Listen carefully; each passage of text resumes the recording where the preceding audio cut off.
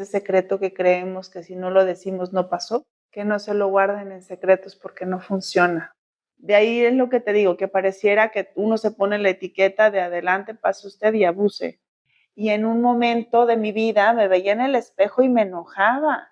Y estaba yo profundamente enojada. No tenía como ningún referente, por así decirlo, sano en donde apoyarme. Mucho tiempo me peleé yo conmigo misma para poder perdonar, pues es mucho más fácil vivir en el personaje de la víctima eterna, en donde todos me hicieron, me deshicieron, me dejaron, me olvidaron, me pusieron, me quitaron. La vida está hecha de conversaciones, simples, complicadas, dolorosas, alegres. Narraciones de personas como tú y como yo, que están logrando lo que parece imposible, que transforman, que hacen magia, y lo que se pensaría simple, con sus propios procesos, se convierte en extraordinario. Hola, ¿cómo están? Bienvenidos a otro episodio de Lo Simple a lo Extraordinario. Recuerden darle like, compartirlo si les gusta y prender las notificaciones. Esto va a hacer que este mensaje positivo y que puede ayudar a muchas personas pueda llegar y llegar y llegar a más y más y más gente que lo pueda necesitar.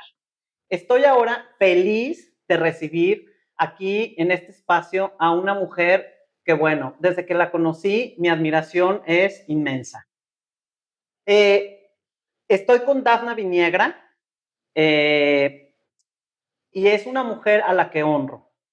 Es una mujer que honro porque honrar es respetar, es reconocer y es apreciar. Y yo, Dafna, te honro. Y honro que estés aquí en mi espacio. Gracias por estar aquí y permitirnos conocerte de una manera sin máscaras, de una manera valiente y de una manera auténtica, porque eso hace mucha falta.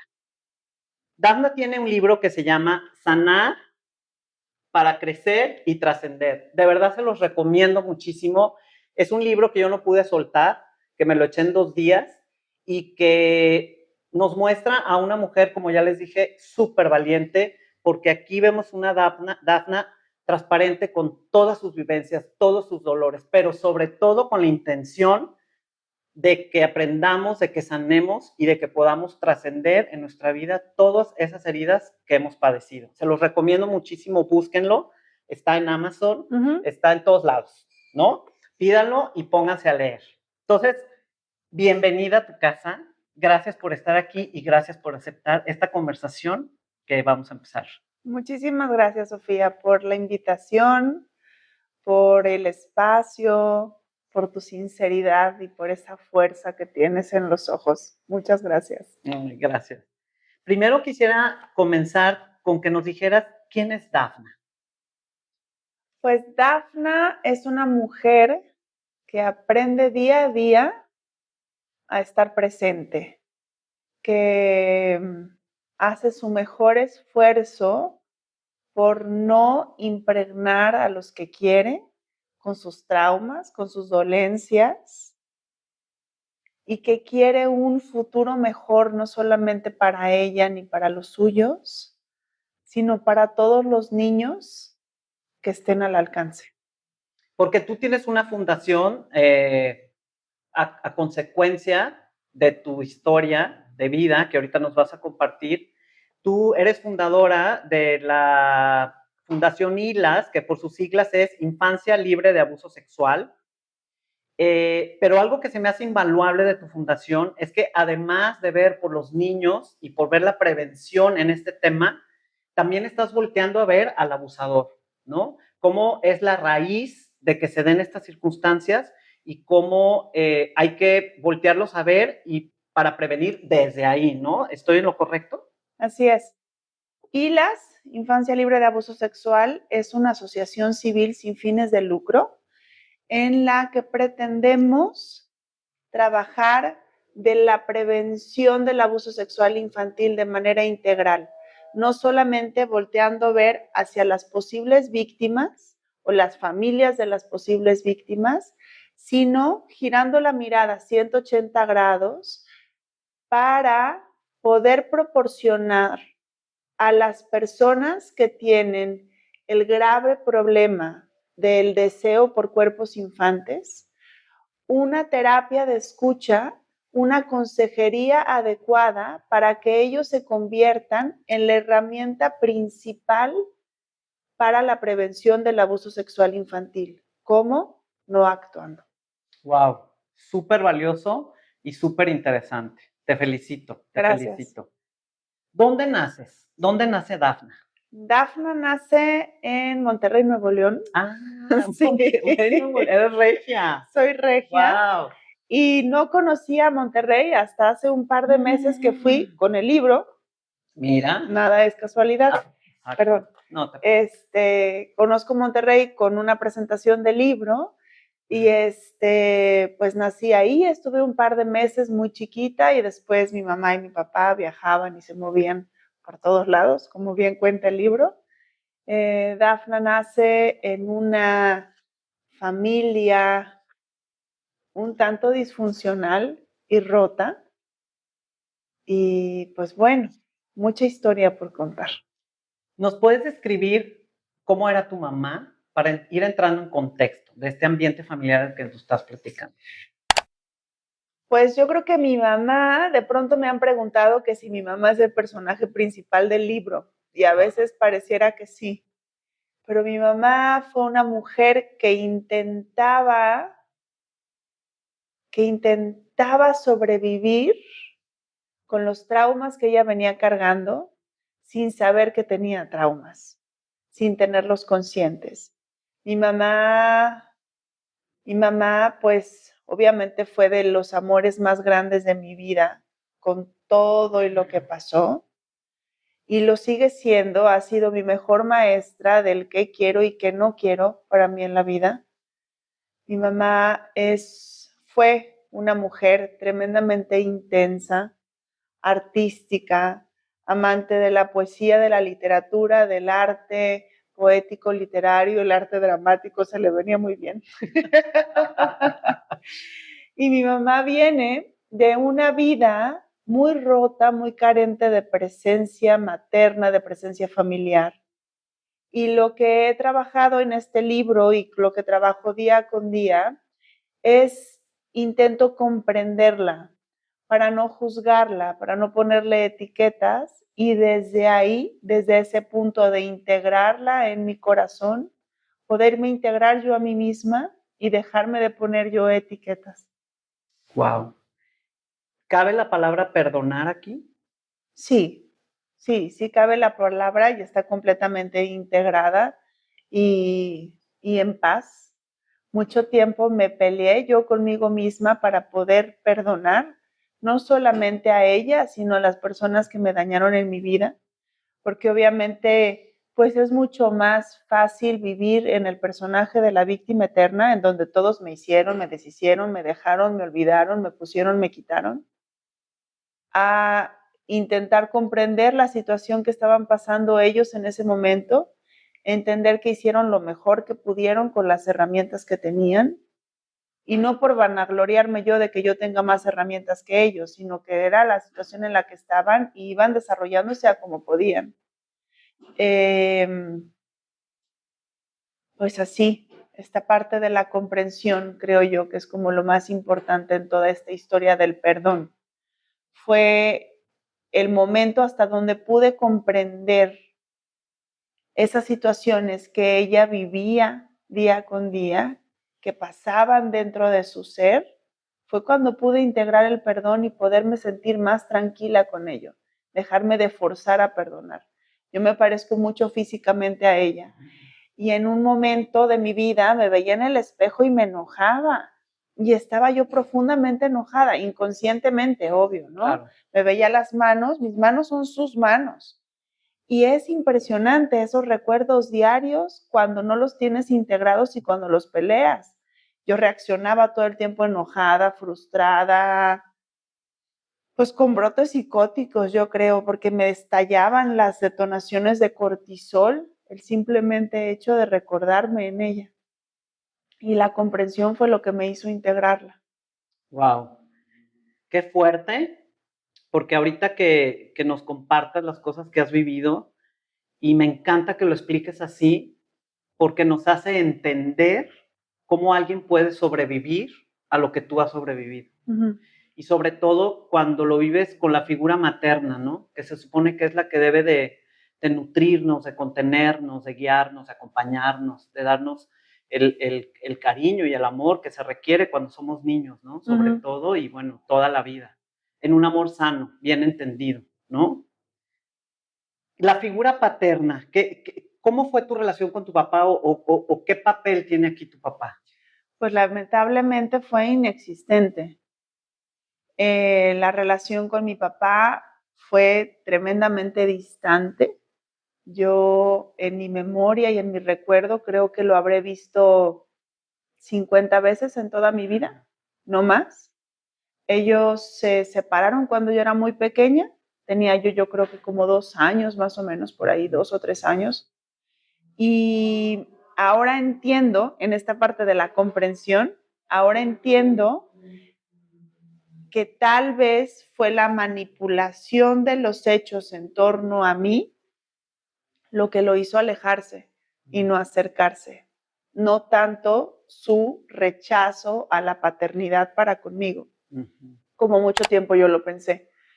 Yo cuando me convertí en mamá, pues eran detonadores tras detonadores tras detonadores, en donde yo no entendía, cuando me empecé a dar cuenta todas las necesidades que tenían los hijos para con los padres, toda la atención que requieren y el estado de presencia real, ¿no? Porque no, o sea, el estar y no estar, pues para los niños no funciona. Tienes que estar realmente ahí involucrado en lo que está pasando con los hijos.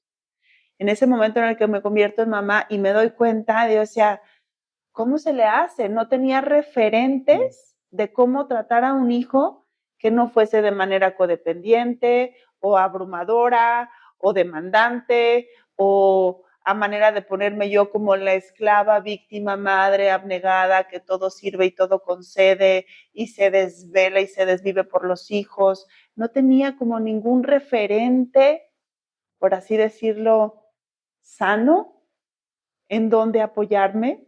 Y ahí fue cuando se volcaron toda esta, darme cuenta de las necesidades que viví de chica, de las carencias más bien. Claro.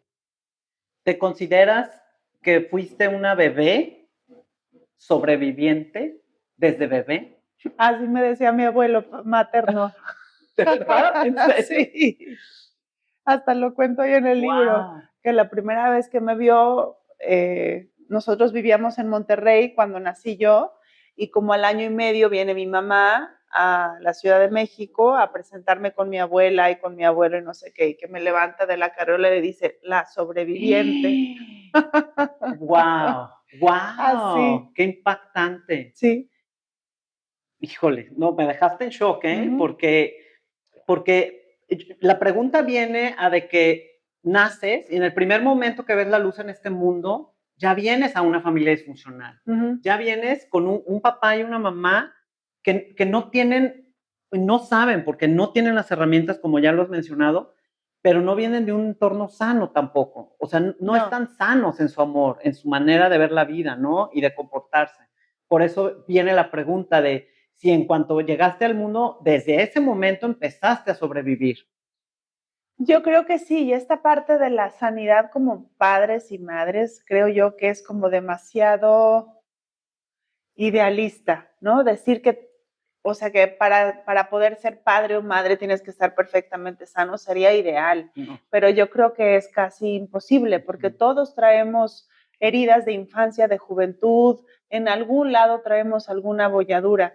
Yo creo que lo que vendría aquí a la parte de no sobrecargar a los hijos con nuestros dolores es la simple conciencia, ¿no? De que tienen los dolores y de estar presente para intentar por lo menos ir como cachándolos y no desbordarlos sobre ellos, ¿no? Claro, sí, tienes toda, total y absoluta razón.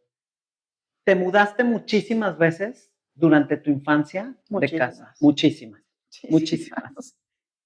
Y de escuela. Y de escuela, y de todos lados. De todo, ¿no? De entornos, sí. Y mi pregunta va, o lo que me gustaría que nos compartieras, porque para un niño el sentido de pertenencia es importantísimo. ¿De qué manera crees que esta falta de sentido de pertenencia a un lugar, a un hogar, a una familia, te afectó? Completamente a la autoestima, al poderme saber capaz de pertenecer a un espacio, al poder tener amistades duraderas, al poder pues dar el tiempo de la siembra y la cosecha, ¿sabes? Porque todo era tan rápido, todo venía tan apresurado, era una constante de huir, de correr, de escapar todo el tiempo, tal y como se escapó mi madre a los 19 años de su casa, literal por la ventana de atrás, ¿no? Entonces, con esa guía y con ese movimiento de escapar, yo viví toda mi vida, o sea, redundando la palabra, pero yo aprendí a correr, a escapar, a huir. Hasta la fecha, por ejemplo, es muy loco, pero la gente que me conoce cercanos hasta se van a reír, pero es impresionante como ya no me mudo tanto de casa, pues muevo los muebles. O sea, necesitas el movimiento. Ajá. Se integró en ti ese movimiento. Completamente, y muevo los muebles. Entonces ya pasa cierto tiempo en donde digo, tengo ya tanto tiempo sin moverme, ok, y inconscientemente amanezco, vamos a remodelar la casa, y cambio la sala, cambio el comedor, cambio los cuartos, o sea, y eso viene de esta raíz, viene de con ese fondo. Completamente. ¿Por qué era este cambiarse y cambiarse y cambiarse y cambiarse? Pues porque había una inestabilidad total y absoluta en la vida de mis padres. Mi padre estaba ausente y mi mamá pues se daba a la tarea de sobrevivir junto conmigo, ¿no? Sobrevivir en las situaciones económicas, profesionales, familiares, amorosas, ¿no? Todo era una sobrevivencia constante. En esta sobrevivencia y en este movimiento constante, cuentas algo que a mí se me hizo fuertísimo para una niña pequeña que no le toca y que no debe de ser y que no es justo. Esta parte de ser la adulta de la casa con acciones que tu mamá te pedía que hicieras, de ir a pedir prestado, para poder pagar la renta, de tú dar la cara como si fueras una adulta y fueras la responsable. ¿Qué pasa contigo con esta situación? Pues me acostumbré a ser la rescatadora de todo y de todos. Ahora, por ejemplo, me cuesta mucho trabajo que alguien llegue y haga cosas por mí, ¿no? O necesitas algo, no, nada, gracias. O sea, hasta lo digo rapidito para que no se me vaya a colar ahí alguna necesidad. Siempre tengo que ser yo la que resuelve, siempre tengo que ser yo la que hace. Y eso evidentemente, pues es muy difícil en las relaciones personales de pareja y con los hijos, porque siempre soy yo la que quiere resolver o que necesita resolver. Y bajarme de esa postura me cuesta muchísimo trabajo. Necesito estar calma, consciente y tremendamente presente para yo expresar una necesidad que tenga o dejar simplemente que alguien me ayude en algo. Wow, y qué estrés, ¿no? O No, sea, pues es agotador aparte. Físicamente es agotador. porque eso es desde niña, o sea, es una línea, yo lo veo como, ahorita como una línea de estrés, de estrés, de estrés, de estrés, de estrés. Necesito salir adelante, necesito sacar esto, necesito, me lo están pidiendo, o sea, no me queda otra opción, tengo que hacerlo, ¿no? Entonces es una adrenalina y es un estrés constante de algo que no te corresponde. Yo tengo una pesadilla súper recurrente que es de estar pidiendo trabajo y no conseguir trabajo. Pero no tienes una idea lo recurrente que es y lo continuo que es. Es esta como falta de sentirme capaz, estable, proveedora, resolviendo situaciones. O sea, es muy común esa pesadilla. Wow, wow. ¿A qué edad sufres tu primer abuso? A los 5 años. ¿Nos quieres compartir cómo fue? Pues no a detalle porque está en el libro y quisiera más que me escuchen, que lo lean, porque la necesidad de descripción creo yo que genera cierta conciencia de prevención. Entonces, pues fue un abuso que, como todos los abusos, no tuvo que haber pasado. Fue un descuido de mi madre. Y después fue una enseñanza total y absoluta a que los dolores, los miedos y los no entender se callan y se guardan. Eso fue lo más duro de este abuso. ¿Cómo aprendiste eso? De niña. Con su reacción. Su reacción fue de silencio. Ahora entiendo que fue porque no tenía las herramientas necesarias para poderse desenvolver en ese momento, porque seguramente el acto le causó tanto dolor y tanto pesar que no lo pudo resolver más que salir corriendo, ¿no? Entonces yo lamentablemente a este suceso aprendí a correr, aprendí a huir, aprendí a callarme, aprendí a guardármelo. Y eso siento que fue como pareciera como que me pusieron aquí una etiqueta de adelante, pase usted y abuse cuando quiera, porque me volví tan callada de los miedos y de las cosas que me hacían mal sentir, que muchas veces creo que me puse en riesgo para. ¿Qué podrías compartirnos que pase dentro de un niño, en su mente y en su cuerpo, cuando está sufriendo un abuso sexual? Yo lo platicaba la otra vez en una entrevista y lo menciono también en el libro, que el abuso sexual infantil, el primero, es como si te arrancaran de tajo la inocencia, esa inocencia que bien cuidada y procurada, contenida, de poco en poco a lo largo de los años de un niño, se convierte en una autoestima sana, en un quererse, en un saberse ellos, ¿no? En un saberte que mereces respeto, que mereces ser cuidado y ya evidentemente ya después en tu vida adulta lo procuras tú para ti, pero si de chico lo tienes, sabes que es para ti eso.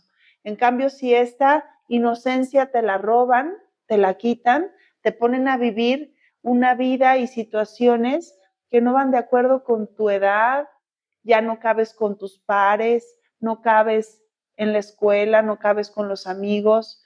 A mí me costó muchísimo trabajo relacionarme pues con la gente de mi edad, porque mi cabeza ya estaba en otro lado.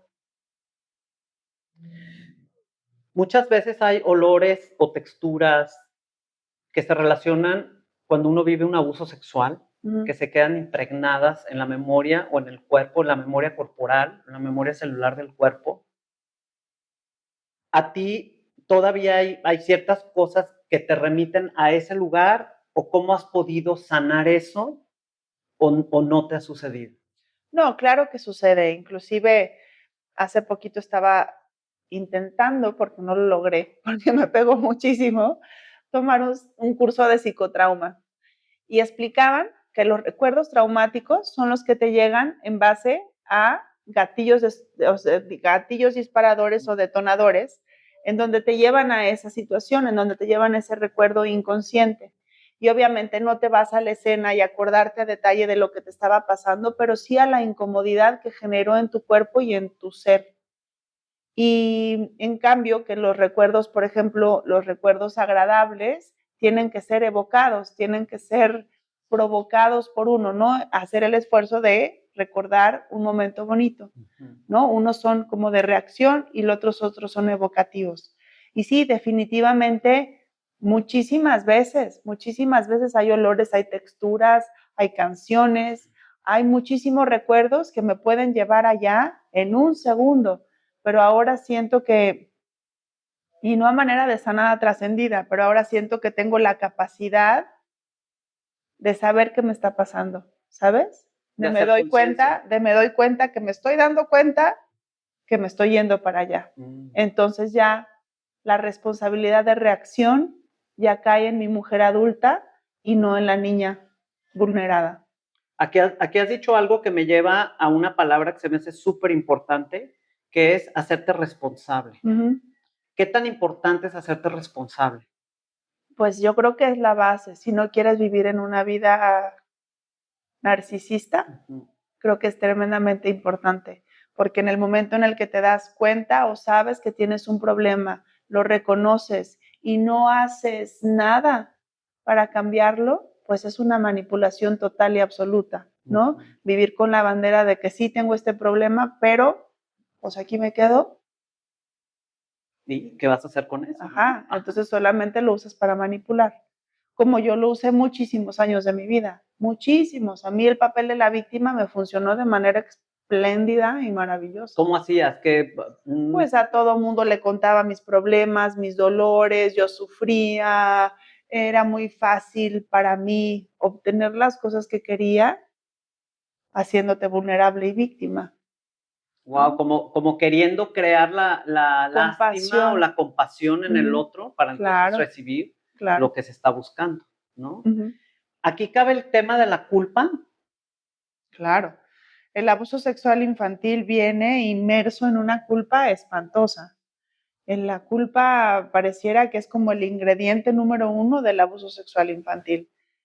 En este, por ejemplo, el primer abuso, a mí me persiguió muchísimo la culpa porque yo dije que sí, porque a mí me convenció. Era un chavo de 13 años que me manipuló, obviamente, a su antojo y me hizo como quiso. Y me convenció diciéndome, ándale, así vamos a ser amigos y voy a jugar contigo todas las tardes. Yo era una niña que estaba sola, que no tenía con quién jugar en las tardes, que vivía en un mundo de adultos y pues se me hizo lo más increíble del mundo que alguien me dijera, vamos a jugar, ¿no? Ahora entiendo que no fue mi culpa, que fue su enfermedad y la falta de un mundo de niños, la falta de juego, la falta de atención. Sí, y el sentimiento de abandono, Claro. ¿no? De soledad y de este requerimiento o esta necesidad de atención. De ser visto, claro. de atención, de esa mirada que no has tenido, como anhelas tenerla, ¿no? Como niño. Exactamente. ¿Cuándo viene tu segundo abuso? Pues fueron muchos los abusos. Fueron ahí un manoseo a los 7, luego fue a los 8 uno desgarrador con el tío de una vecina. De ahí es lo que te digo, que pareciera que uno se pone la etiqueta de adelante, pase usted y abuse. Y lo más triste de todos estos abusos es que pareciera que nadie los veía. Y a mí, por ejemplo, ahora que tengo hijos, se me hace inconcebible o no logro todavía entender cómo no se daban cuenta por lo que estaba pasando yo, ¿no? En el que fue desgarrador, el del tío de la vecina, yo empecé a tener unos ataques de pánico y ansiedad tremendos. Todas las noches no dormía, me la pasaba viendo la ventana, Insurgentes, y era una ansiedad impresionante. Tenía yo que hacerle así como con los dedos. Y pues realmente yo empezaba a enloquecer. Pero yo, por ejemplo, con mis hijos los veo y uno sabe cuando están tristes, cuando están ausentes, cuando están presentes, cuando necesitan algo, cuando están en un berrinche, ¿no? Sí. Y realmente no es como que una cosa que digas, híjole, estoy así y tengo pedagogías estudiadas, no, pues es estar ahí. Y esas son de las cosas que aún me siguen doliendo, esa parte de cómo no se dieron cuenta, o si se dieron cuenta, ¿por qué no hacían? ¿No? Exacto. ¿Crees que tu mamá era narcisista? Sí, sí, yo creo que sí. Porque lo que yo he sabido, digo, no soy experta ni mucho menos, es que el narcisista, por lo general, no tiene empatía con las emociones del otro. No es empático, porque todo el tiempo está viendo hacia él mismo. Entonces, lo que pasa al otro no importa, importa lo que me esté pasando a mí. Y has dicho algo bien importante de ahora que tienes a tus hijos, quiero volverme a remitir a esa mirada. El ver a los hijos nos hace darnos cuenta. Claro. Y creo que cuando no los vemos y solo estamos volteando a vernos o a ver el exterior y nos saltamos la mirada del hijo, no nos damos cuenta. Fíjate que lo del narcisismo, yo creo que todos en algún momento de la vida hemos sido narcisistas, sí, yo también ¿no? creo. Yo creo que es esta enfermedad del ego en donde solamente vemos por nosotros nuestras necesidades, nuestros gustos, nuestras cosas y ponemos nuestro deseo por encima de quien sea. Yo me reconozco que en algún momento he sido narcisista e inclusive que de pronto tengo tintes de, ¿no? Porque creo que realmente lo tenemos todos. Así que como dicen, el que esté libre de culpa, que tire la primera piedra. Sí.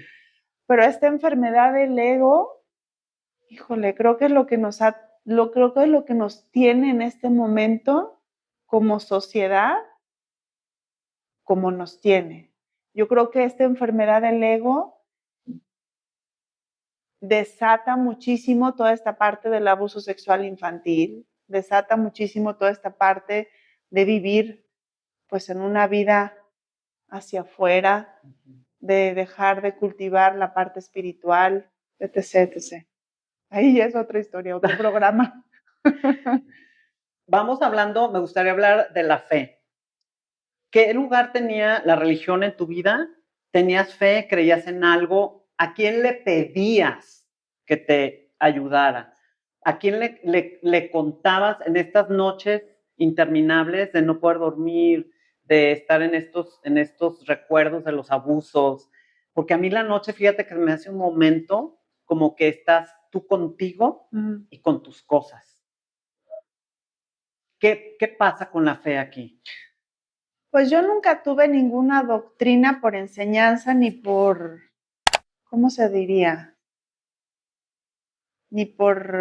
O sea, nunca tuve una religión de casa, nunca. O sea, de pronto mi mamá cuando se veía angustiada era Dios mío, Dios mío, Dios mío, pero realmente no había ninguna estructura religiosa.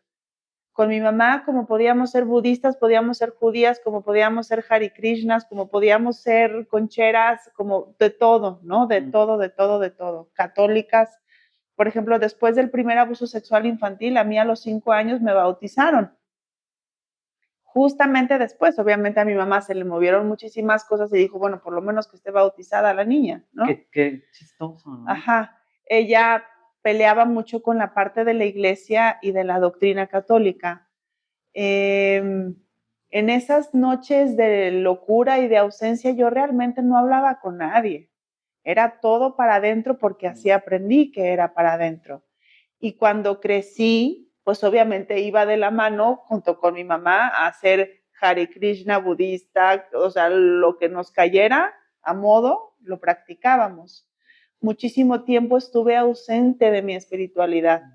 Otra vez, hasta que llegaron los hijos y como no tenía hilos de dónde tirar, pues empecé a tirar de todos los hilos espirituales. Y cuando me reconocí que estaba yo realmente mal, pues bueno, caí en todas las filosofías y métodos de sanación alternativos habidos y por haber, hasta que terminé pues en esa fe católica en donde no encuentro otro lugar en donde pueda yo dejar mis dudas, mi angustia, mi miedo, mis no saber cómo resolver y entender que el ego y el narcisismo no me llevan a nada, que yo no soy sanadora ni que soy orquestadora del destino, sino que más bien es para mí, ahora, hoy y sé que en el futuro así será, es un entregarme al servicio humilde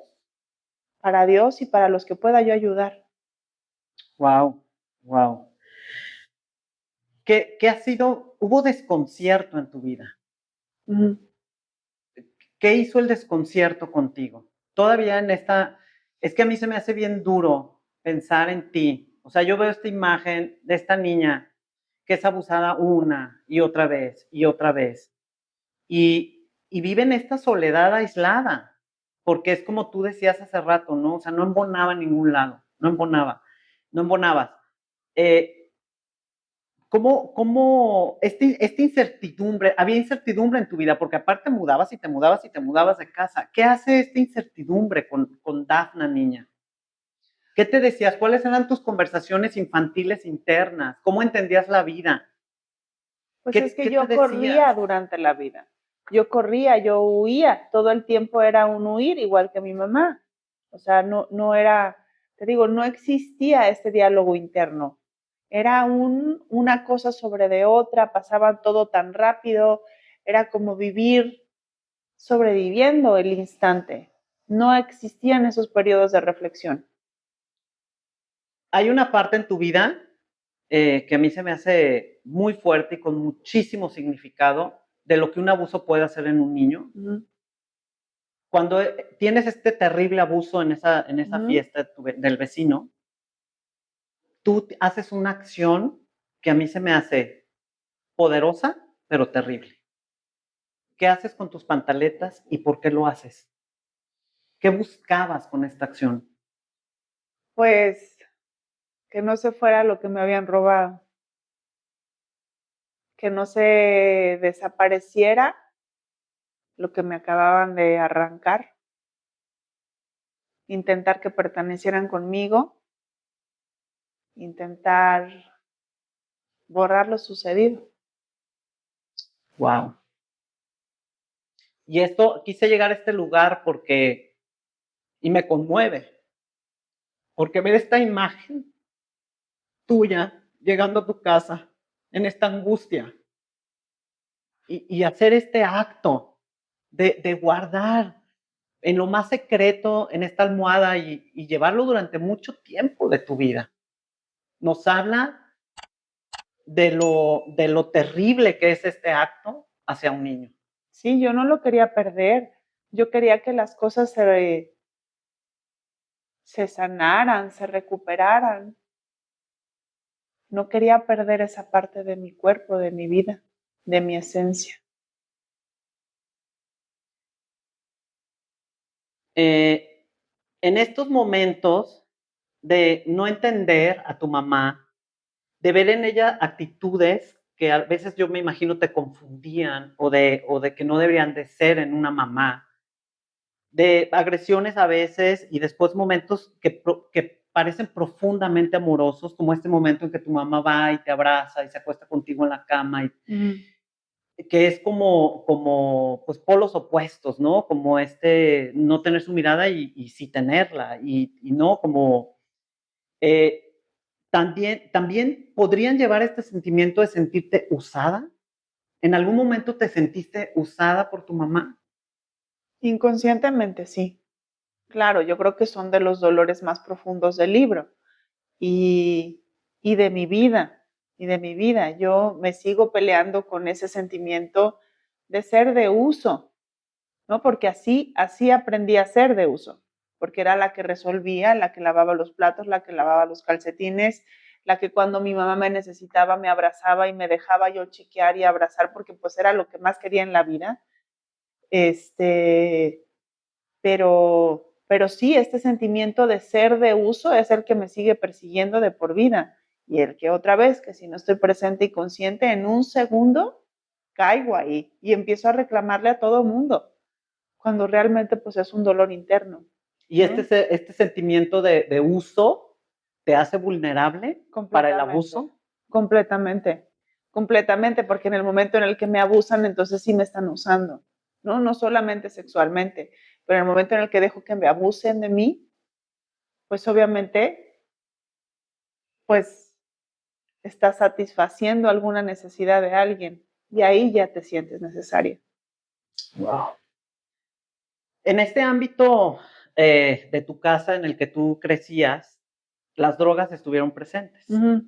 Y tú fuiste testigo de ver pues que se fumaba marihuana, etcétera. O sea, para ti empezó a ser como algo con lo que estabas familiarizada, normal, ¿no? Y hay una edad en que dentro de todas estas emociones y sentimientos que no sabías ni cómo manejar, ni qué hacer con ellos, estas vivencias, empezaste a masticar marihuana. ¿Crees que esta acción fue la que te abrió la puerta a otras adicciones más fuertes? Lo que me abrió la puerta fue la cotidianeidad de las drogas en mi casa, la falta de contención amorosa familiar, porque no es solamente mi mamá la que faltó en toda la vida, ¿no? Fue la familia. Tampoco estuvo mi padre, también la relación con mis tíos era ausente. Entonces, esta parte amorosa de contención, de poder bajar los problemas con alguien, de poderte sentir contenida con alguien, de tener que dejar de aparentar, de poder dejar de aparentar el que estás bien, eso fue lo que me llevó a las drogas y al alcohol. Ok. En esta búsqueda también puede ser como de evadir, de que no me está pasando lo que me está, o no quiero sentir estas emociones. Claro, de chica sí. Bueno, de chica yo realmente no sabía ni siquiera qué efecto iba a tener en mí. ¿Qué edad tenías cuando empezaste? 9. ¿9? Wow. Fue por un muy corto periodo y fueron pocas las veces, pero sí, después de la primera vez en donde sentí que me iba y que esa noche no había ansiedad, pues lo encontré de cierta manera necesario para poder evadir, para poder irme. Wow, en la vida yo creo que a veces nos van apareciendo, yo les llamo regalos, o puertos, o muelles donde podemos como descansar de estas situaciones que estamos viviendo. Y aquí aparece una persona que es Marta. Y que creo que esta relación fue la mejor amiga de tu mamá, como yo entiendo. Y Marta tenía sus hijas, que fueron tus amigas, y que te daban esto que tú no encontrabas en tu casa. ¿Qué fue para ti tener esta relación? Y si crees que ellas no hubieran estado en tu vida, ¿qué hubiera pasado contigo? No sé qué hubiera pasado conmigo realmente. Realmente ahí sí no, yo creo que hubiera sido muchísimo más complejo. Y quién sabe dónde hubiera acabado. Pero, pues nada, Marta fue de las personas que más he amado en mi vida. Y sus hijas Artemisa y Natalia, pues son bellísimas, estrellitas en mi camino, luz, son increíbles, son mi amor, son mi infancia, son lindísimas. ¿Qué te daba Marta? Marta me daba contención, Marta me daba el ejemplo de una madre, Marta me daba límites, Marta me daba cariño, me daba amor, me daba resguardo, rescate. Wow. Agradeces, me imagino, y ahora lo ves como una bendición en tu vida. Completamente. Era un refugio para ti, sí. Ir a casa de Marta y de Sí, Artemisa. totalmente. ¿Nunca les dijiste lo que vivías de los abusos? ¿Lo compartías con ellas? No, porque Artemisa era 3 años más chiquita que yo y de cierta manera yo no tenía consciente que no podía contarle cosas porque ella era más chica que yo. ¿De veras? Ajá, entonces me tenía que callar todas estas cosas porque no quería afectarla de cierta manera, ¿no? Y como Marta era muy estructurada y con muchos límites, yo sentía que si le llegaba a contar, pues se iba a perder la amistad. Ok. Entonces cuidabas con mucha Pero cuidado. Marta, yo siento que en alguna manera sí sabía e intuía lo que me pasaba. Por eso me llevaba de exiliada política a su casa tanto tiempo. Wow, qué lindo, qué Sí. hermoso, qué hermoso. ¿Dónde recuerdas? Porque es muy común para poder sobrevivir, no es que sea malo o bueno, pero siempre echamos mano de las máscaras, ¿no? De ponernos máscaras para sobrevivir, para poder mostrarte al mundo. ¿Cuándo descubres que tienes estas máscaras? ¿Y cuándo crees, te acuerdas, tienes recuerdo que empezaste a ponértelas? Uf, no pues, yo creo que las máscaras las empecé a vestir en el momento en el que tuve capacidad de salirme de mi casa, en el momento en el que tuve capacidad de caminar sola, de ir, de venir, de regresar. Y como te digo, la que más hacía uso yo era la de la víctima, ¿no? Aunque tuviera yo todas las justificaciones para usarla, pero esa es la que mejor me funcionaba. Después fue la de la empoderada, que aquí no pasa nada, yo me las sé todas.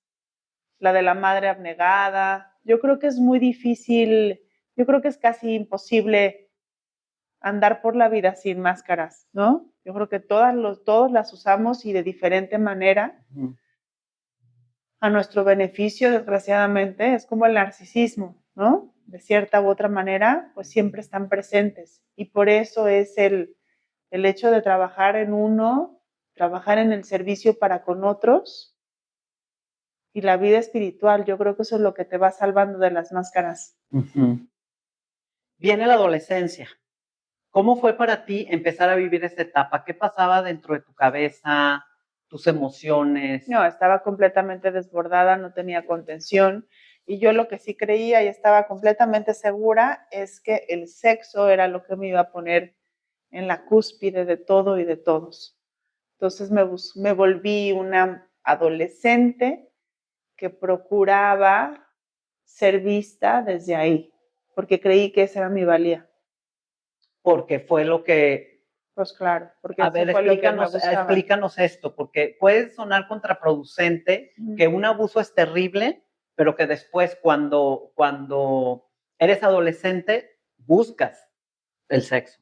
Claro, ¿Por qué? O sea, porque eso es lo que todo el mundo busca de ti. Porque si a los 5 años te están manoseando y luego a los 8 y luego a los 14, pues evidentemente, o sea, lo importante de ti, en lo importante en mí, era eso que todos estaban buscando. Ok, ¿no?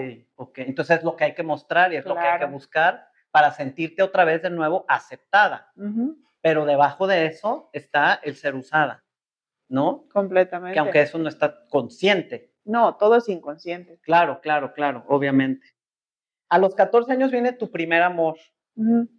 ¿Cómo se puede amar cuando se viene con todas estas heridas? Pues no se puede. No es amor. No es amor realmente. Era pues una necesidad de ser rescatada. No era amor.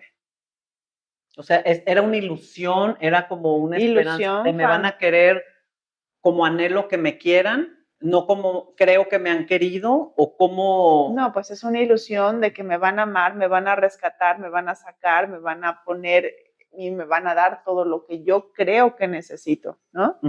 Porque en ese momento pues no tienes conciencia realmente ni siquiera de lo que es un amor verdadero. Y más si vienes de una familia disfuncional en donde el amor está torcido y enrollado en otras cosas, ¿no? Claro, claro. Más si el amor que has visto de pareja tampoco tiene buenos referentes. Entonces no sabes bien a bien ni siquiera qué vas, pero crees que ahí es. Y yo me volvía obsesiva, compulsiva. No. O sea, ahora me acuerdo y digo, Dios mío, ¿cómo me han de recordar? No, que, o sea, vergüenza me da. Te lo juro, pero pues bueno, así era y estaba yo tremendamente lastimada y no sabía moverlo de otra forma. Claro, claro, es la única manera que conocías en ese momento.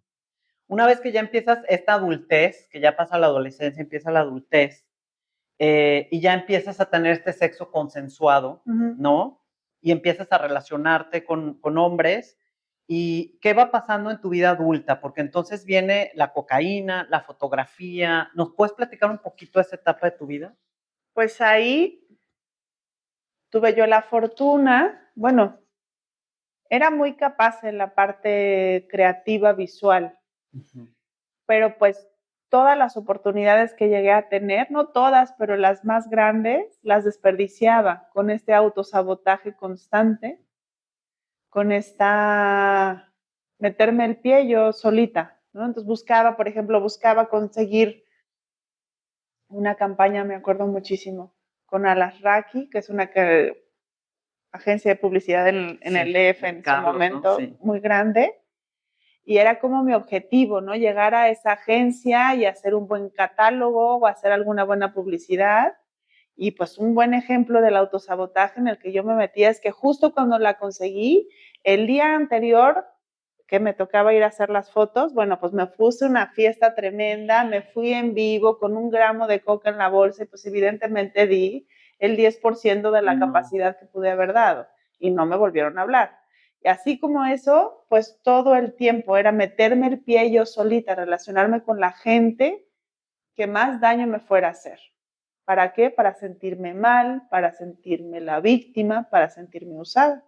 Y también creo que viene esta parte porque en el tema del narcisismo y en el tema de la procrastinación y en el tema, vienen estos diálogos internos de no eres suficiente, no eres buena para eso. Claro. Entonces te metes el pie tú sola, ¿no? Ajá. O sea, estás a punto de llegar y haces algo o atraes algo o sucede algo para que no se dé eso porque tú sigues con la creencia en el subconsciente de que no eres suficiente, que no eres merecedora de algo tan grande o de algo tan bueno para ti. Así es. ¿Crees que venía de ese lugar? Totalmente. Totalmente, ¿no? Pude ver en el libro, tú me dices si puedo estar equivocada, pero yo pude ver en el libro que en muchos de los abusos después de los primeros, hay como esta dualidad que me parece también profundamente dolorosa, desde una mirada de ver todavía a esta niña en esta inocencia infantil, que se va con alguien que no conoce, y a esta mujer herida con culpa y enojo en la autodestrucción de ponerse en riesgos. Claro. Una dualidad que sí me conmueve profundamente. ¿Por qué crees que pasaba esto? O sea, ¿por qué si duele? Lo pregunto para que la gente pueda comprender qué sucede con las personas que son abusadas, porque es muy fácil juzgar. Y yo he escuchado muchos comentarios de personas de, ay, pues ¿para qué fue? O, ay, no, pues se puso de modo, pues se lo merecía. O sea, que son durísimos, pero que a mí me gustaría que las personas entendieran esta parte, ¿no? El por qué en esta inocencia infantil de no ver a lo que te está sometiendo, te sometes. Pues es muy difícil de entender, pero es por la necesidad de sentirte usada, por la necesidad que dejan los abusos de saberte víctima, de empoderar tiranos, de ponerte en las situaciones en donde seas más vulnerable, porque estás acostumbrada a que te lastimen. Estás acostumbrada a que te lastimen y eso es lo que buscas y procuras si no tienes conciencia. Y a los 14 años, por ejemplo, o sea, lo de la violación entre los tres, estos tipos en Acapulco, pues yo, dentro de todo lo que me había pasado, tenía un pensamiento de que la gente no tenía que ser tan mala o de que no, la gente no eran todos tan malos, ¿no? Obviamente era completamente naïf, era adolescente a los 14 años en una discoteca en Acapulco, completamente deslumbrada, abrillantada por las luces, la discoteca, los tres tipos guapos, que me dicen, vamos, yo te llevo a tu casa, pues sí, pues claro que me van a llevar a mi casa, pero no. Iban a otra No cosa. tenía la experiencia. A los 14 años, por más cosas que te hayan pasado, no tienes la experiencia. No tienes ese filtro, no tienes esa manera de decir, me va a pasar. Ten cuidado, ¿no? Es un foco rojo. Porque siempre quieres ser querida y procurada de la manera correcta. Y si eres realmente inocente, pues eso es lo que buscaba yo. Wow, y esto me llama la atención que digas, yo todavía quería creer que había personas buenas. O sea, esta esperanza de decir, en esta circunstancia dentro de la adolescencia, que es lo que las niñas, bueno, ¿no? Que te encandila de los chavos guapísimos y me están ofreciendo llevarme y estoy en un lugar increíble y es como esta, vuelvo a la inocencia de en esta esperanza de creer que te va a ir bien. Claro, claro, por supuesto. Y cuando sufres esta violación múltiple, ¿qué pasa dentro de ti? ¿Qué te dices? ¿Qué conversación interna? Soy una tonta, ¿en qué momento me fui a meter ahí? ¿Cómo no fui lo suficientemente fuerte para poderme defender de ellos? Ahí es en donde entra la culpa, una culpa tremenda, porque no tuve la capacidad de decirles, no, muchas gracias, no tuve la capacidad de ver el trasfondo de ofrecerme un aventón. ¿Me entiendes? Porque no fui lo suficientemente suspicaz, precavida, no sé, porque confié otra vez. Sí. Y ahí es algo bien complicado y bien duro porque se vuelve a romper la confianza. En mí. Ajá. Y entonces para recuperar eso, no, pues, está, sigo. Sí, está cañón, ¿no? O sea,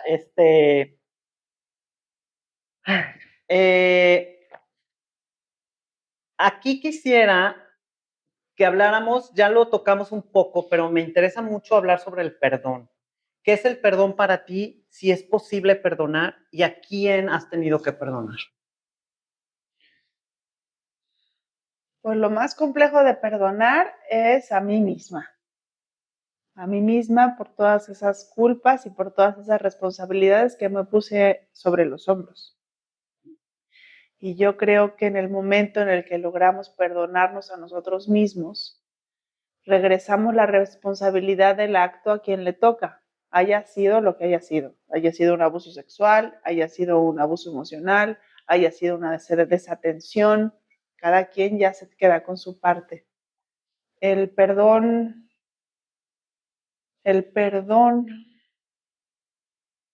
pues es algo que se tiene que practicar todos los días porque es un acto de humildad, porque si empiezas por perdonarte a ti, por aceptarte a ti, pues todo se mueve de una manera diferente.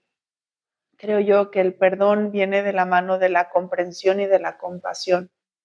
En la medida en la que comprendamos las situaciones en las que están los otros, podemos ser compasivos con sus actos e integrarlos. Eso creo.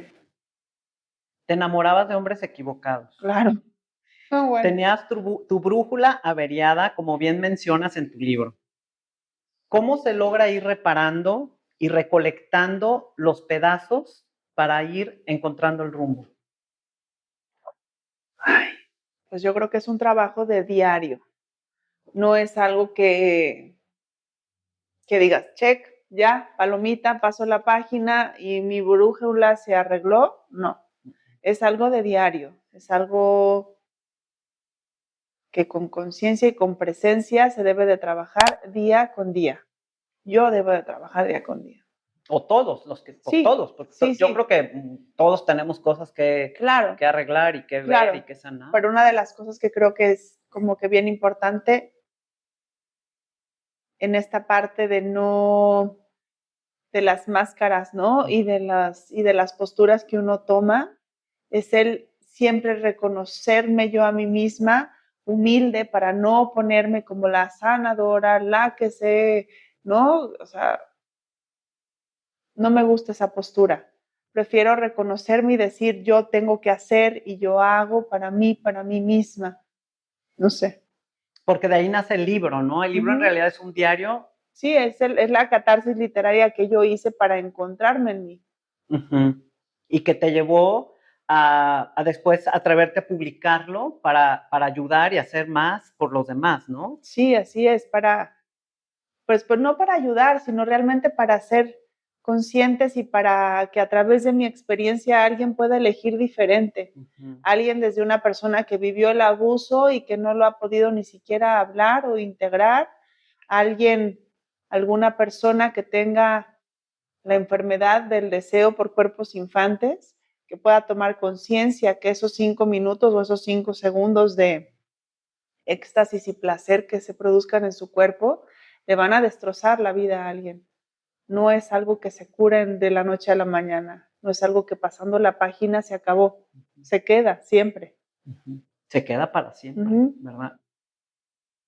¿De dónde viene esta idea de compensar a tus parejas? Porque tú compensabas a tus parejas. ¿Qué hacías para compensar o por qué lo hacías? ¿De dónde viene esto? Pues depende de la necesidad que existiera en el momento, ¿no? O sea, porque si en el momento era compensar con sexo, pues claro, yo era la mejor y podía hacer todas las artimañas posibles, ¿no? O si en ese momento, por ejemplo, yo trabajaba y mi novio en aquel momento no trabajaba, pues yo pagaba todas las cuentas, yo me hacía cargo absolutamente de todo. O en el servicio de la casa, o sea, y el compensar no ha sido solamente con mis parejas, desgraciadamente también en algún momento lo hice con mis hijos, porque yo no me sentía suficientemente madre, ¿no? Yo no me sentía suficientemente capaz para ser mamá y compensaba con el servicio total y absoluto, o sea, desvelando, actuando, trabajando, sin fijarme en mí. Y siempre yo creo que primero, por más egoísta que se escuche, primero hay que estar bien nosotros para poder estar bien para los otros. Claro. ¿Verdad? Por eso es la importancia de voltear a vernos y de sanarnos para entonces poder dar a los demás esta acción sana y este amor sano y estas actitudes, ¿no? Que vienen de la parte sanada. Tú viviste un aborto. ¿Cómo fue esto y qué ha sido para ti en la vida pasar por este momento? Pues en el momento en el que fue, yo estaba completamente inconsciente y no lo tenía ni siquiera asimilado lo que estaba haciendo. Porque estabas muy joven. Sí. ¿A qué edad fue? A los 16. no había esta parte de conciencia de lo que estaba haciendo. Y no me justifico de que, estaba inconsciente y por eso lo hice. No, pero era así. En ese momento yo corría y huía del problema. ¿Y cuál era la mejor manera de resolverlo? Pues huyendo, ¿no? Huyendo de la maternidad. Ahora sé que fue un acto tremendamente desgarrador y obviamente cuando me convertí en mamá le puse el peso de las cosas donde iban, ¿no? Y ahí, pido realmente perdón a Dios, al ser que pudo ser, ¿no? Para poderlo integrar y reconocer que fue un acto que me dolió mucho, del cual huí. Te casas y luego te divorcias muy pronto. Con ese divorcio pierdes algo que te dolió muchísimo y que ya lo mencionamos. ¿Por qué dolió tanto? ¿Y por qué se te fue de las manos? Si es algo, y la pregunta va, no lo pudiste controlar. ¿Te recriminaste haberlo perdido o qué efecto tuvo en ti el haber perdido esto y qué fue lo que perdiste? Pues perdí mi almohada con mi inocencia entre la borra. Casualmente o no, a raíz de eso me fui a las drogas y al alcohol. ¿Fue tan doloroso que eso te llevó a las drogas y al alcohol? Pues eso y todo lo que venía perdiendo detrás. O sea, ¿no? Fue el detonante. El significado que tenía. ¿no? Wow. ¿Qué te dice el nombre de Ernesto Suárez? Pues alguien que estuvo tan enfermo igual que yo.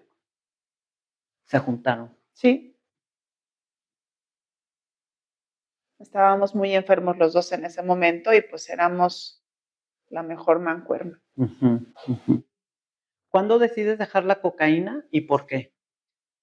Porque mi actual esposo me dice, me gustas tú, pero la cocaína no. Y yo tenía unas ganas tremendas de tener una pareja estable, una familia, un amor verdadero. Y en sus ojos lo vi. En sus ojos vi que podía tenerlo con él. Siempre y cuando yo cambiara mis patrones de conducta, ¿no? No para con él, sino para conmigo. Para poder estar sana yo, o por lo menos presente, dejar las muletas, dejar todas esas herramientas y artimañas que había aprendido, para solamente así poder tener una familia y poder ser parte de algo verdadero. ¿Crees que tu esposo ha sido otro regalo en tu vida? Claro, sí, definitivamente. La frase, cuídate tú, nadie más te va a cuidar. Cuando llega a tu vida, ¿ahí crees que empezó tu camino a la sanación o cuándo crees que empezó este camino? Mi camino, cuando muere mi papá, mi mamá, cuando me quitan los ovarios, la matriz y cuando muera mi abuela materna, después de todos estos duelos sin trabajar, ahí fue cuando me vi completamente necesitada de hacer algo porque estaba llenando mi casa y eso que más quería cuando dejé las drogas, lo estaba llenando de mis dolores y de mis angustias sin saberlo. Y con la máscara de la víctima bien puesta. Entonces, ahí fue en el momento en el que me di cuenta, por consejo de mi esposo, que me tenía que poner a trabajar. En ti. Y ahí empieza tu camino. Sí. ¿Qué fue para ti la muerte de tu mamá? ¿Hubo enojo, alivio, dolor? Pues fue una mezcla de todos, porque de cierta manera hubo alivio de ya no sentirme entre la espada y la pared con mi familia actual y para con ella. Hubo enojo de no haber sido capaz de hablar todas estas cosas con ella y de haberlo podido acomodar. Me hubiera encantado poder tener el tiempo y el espacio adecuado para poderlo hablar con ella, pero no se dio. Y en el momento en el que intenté hacerlo, no obtuve en ese momento como la respuesta que necesitaba y se devino en cosas tremendas. Pero Pues nada, creo yo que tenía que ser para que yo me pudiese deslindar de ese papel de codependencia en el que vivía. Ujú, ujú. ¿Cómo sería, Dafna, mirar con los ojos limpios? Pues mirar sin máscaras. ¿Auténtica? Ujú. ¿Transparente? Verdadera. ¿Verdadera? Ujú. Así como te muestras en el libro y Así, como eres así así mero. en la vida real. Así mero, como intento todos los días. Muy bien, me gustaría que habláramos sobre el agradecimiento. Ujú. ¿Hay algo que agradecer y qué nos da el agradecimiento? ¿Y qué agradeces en tu vida hasta este momento? Pues agradezco en mi vida todas las cosas, por difíciles y duras que parezcan, todas las cosas que he vivido. Sé que son pues todo el cúmulo de situaciones que me han llevado a ser la persona que soy ahora. No a manera de Cristo, de que me tocó vivir esta cruz y la cargo y por eso soy milagrosa, no, para nada. Pero sí agradezco la conciencia de saberlas balancear ahora, no pasar porque esas nunca se pasan, pero sí saberlas balancear en mi vida.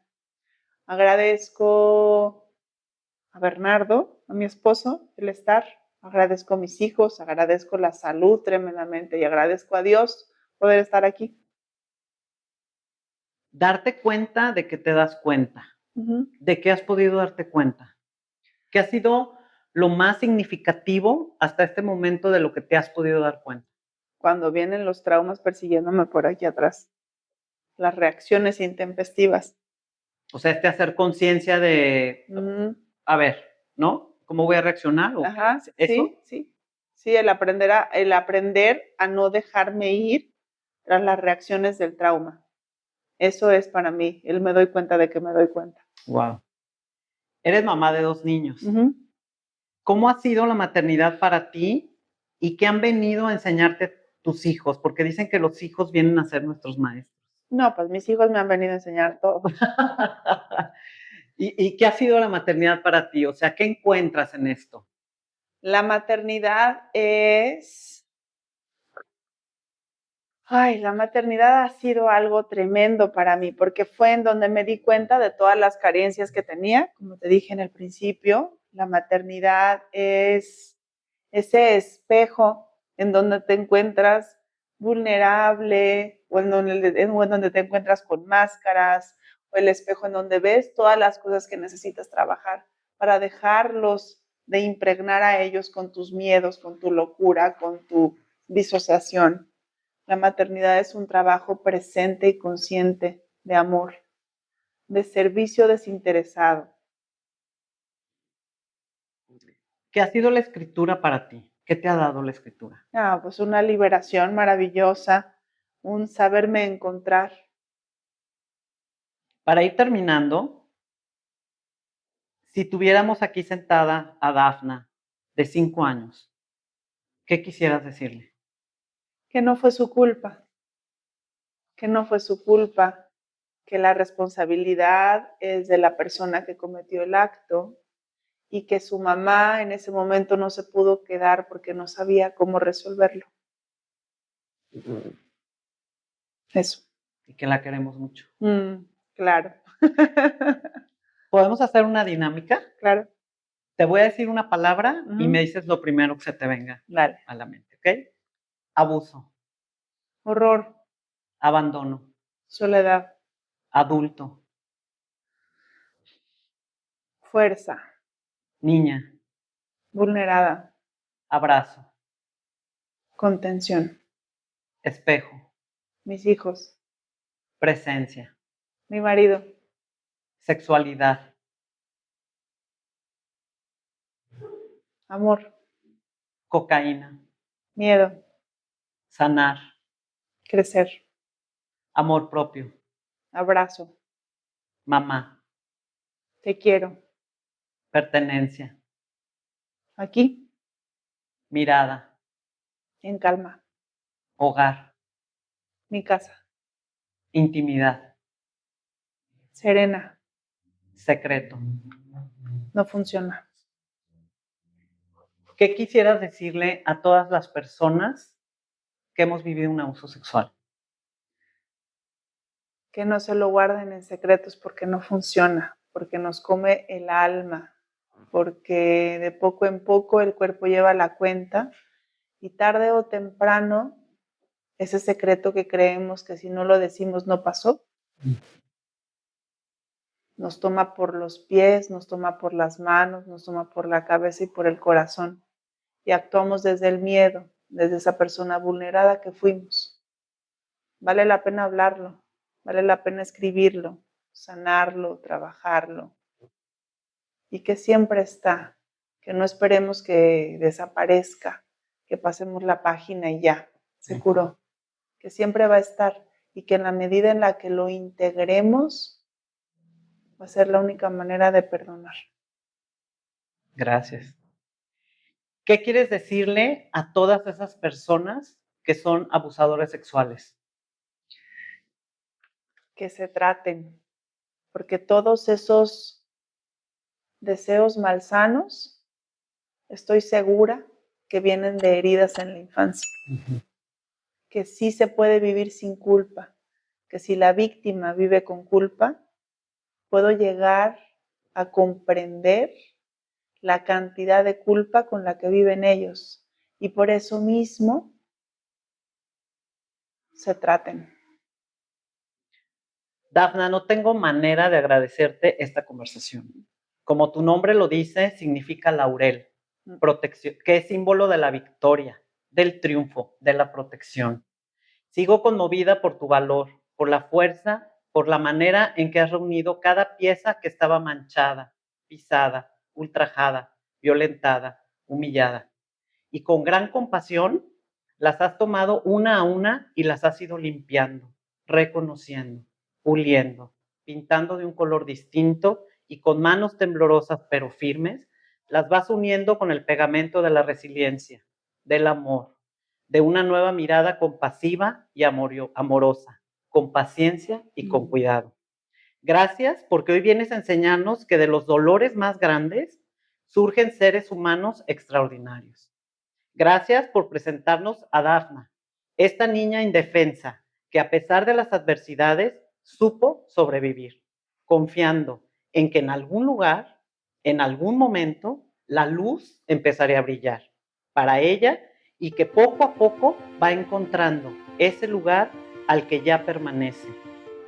Gracias porque nos das con tu historia esperanza, ejemplo y certeza de que nada es imposible y que si miramos al lugar correcto en nuestro interior y elegimos salvarnos, siempre tenemos la posibilidad de conseguir vidas extraordinarias. Gracias. Muchísimas gracias. Te lo agradezco de corazón. Gracias, gracias. Nos vemos en la próxima.